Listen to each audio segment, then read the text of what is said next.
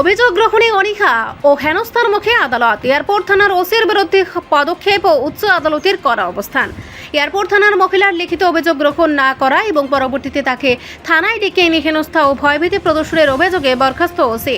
মামলাটি আদালতে উঠলে এই রায় ঘোষণা হয়। বৃহস্পতিবার রায় ঘোষণার পর এ নিয়ে রাজ্য প্রশাসনের ভূমিকায় ক্ষোভ প্রকাশ করেছেন প্রবীণ আইনজীবী পুরুষোত্তম রায় বর্মন।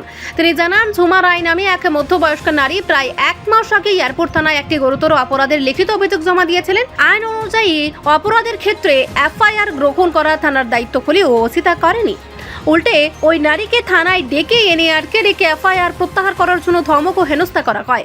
আইনজীবী জানান, এই বিষয়ে প্রায় 25 দিন আগে পশ্চিম ত্রিপুরা পুলিশ সুপারের কাছে লিখিত অভিযোগ জানানো সত্ত্বেও কোনো পদক্ষেপ নেওয়া হয়নি।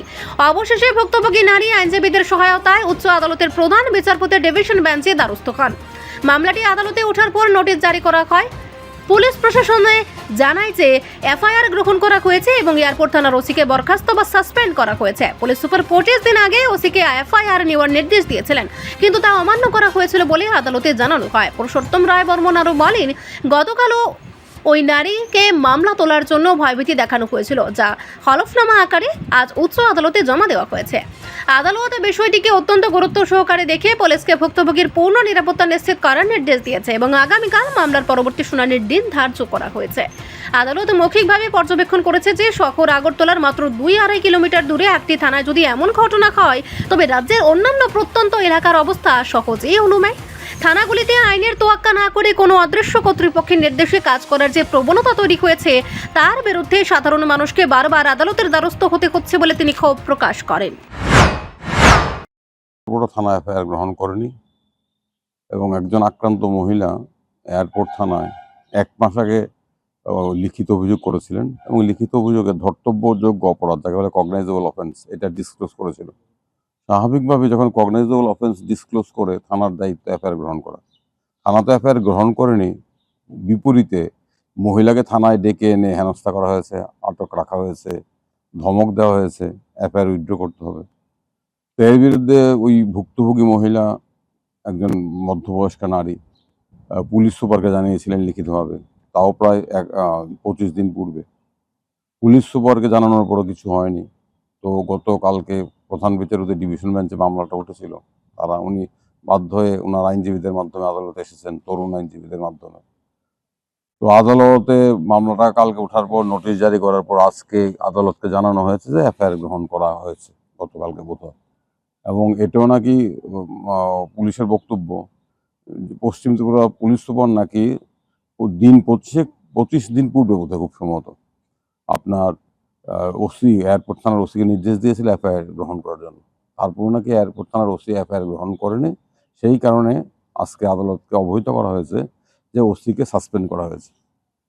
এখন ভদ্রমহিলার আরও বক্তব্য, তাই ওনার আইনজীবীর মাধ্যমে আমিও ছিলাম ওদের সাথে, তরুণ আইনজীবীদের সাথে, যে তাকে গতকালকে ভয়ভীতি দেখানো হয়েছে। উচ্চ আদালত এই যে গতকালকে ভয়ভীতি দেখানো, মামলা তোলার জন্য চাপ দেওয়া, এইটা লিখিতভাবে হলফনামার মাধ্যমে জানাতে বলেছেন। সেটা আজকে জমা দেওয়া হয়েছে এবং উচ্চ আদালত পুলিশকে নির্দেশ দিয়েছেন ভদ্রমহিলাকে নিরাপত্তা দেওয়ার জন্য এবং আগামীকাল মামলাটা আবার উঠবে। এই হলো বিষয়। এখন যেটা প্রশ্ন উচ্চ আদালত জানতে চেয়েছেন যে এয়ারপোর্ট এই থানাটা কোথায়, তখন আইনজীবীরা বলল, তরুণ আইনজীবী ওরা জানালো যে থানাটা এয়ারপোর্ট থানা এখান থেকে 2 কিলোমিটার 2.5 কিলোমিটার দূরে। তখন উচ্চ আদালতের প্রধান বিচারপতি মৌখিকভাবে যে পর্যবেক্ষণ করলো, সেটা হচ্ছে আগরতলা শহরের মধ্যে থানায় যদি এই অবস্থা হয়, তো রাজ্যের অন্যত্র কোথায় কি হচ্ছে, এটা হচ্ছে উচ্চ আদালতের মৌখিক পর্যবেক্ষণ। আর আমরা জানি যে পূর্ব আগরতলায় থানায় এফআইআর নেওয়া হয়নি, একজন যুবককে থানায় ডেকে এনে যৌন নির্যাতন করা হয়েছিল। পরবর্তী সময় উচ্চ আদালতে মামলা হওয়ার পর এখন সবাইকে সাসপেন্ড করা হয়েছে, গ্রেপ্তার করা হয়েছে। একই ঘটনা এয়ারপোর্ট থানা ক্ষেত্রে ঘটেছে। এই ধরনের ঘটনা একদম নতুন নয়, কোনো বিচ্ছিন্ন ঘটনা নয়, এটা সর্বত্রই কম বেশি হচ্ছে। এটাই একটা প্যাটার্ন হয়ে দাঁড়িয়েছে। থানা কোথাও এফআইআর নেয় না।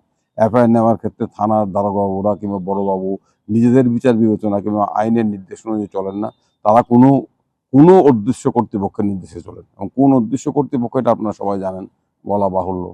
এখন দেখা যাক কি হয়, এবং মানুষকে বারবার আদালতে ছুটে আসতে হচ্ছে। স্যার, এই যিনি করেছেন, আরো ওনার নামটা কি? নামটা কি? নামটা তো আমি দেখে বলতে হবে। না না, ওই আবেদনকারীর নাম ঝুমা রয়েছে। ঝুমা ঝুমা ঝুমা। আচ্ছা, আর ওসিকে কি সাসপেন্ড করা হয়েছে? আমরা তো শুনলাম আদালতে জানিয়েছে সাসপেন্ড করা হয়েছে গতকাল এয়ারপোর্ট থানার ওসি। রিপোর্ট সংবাদ প্রতীক্ষা।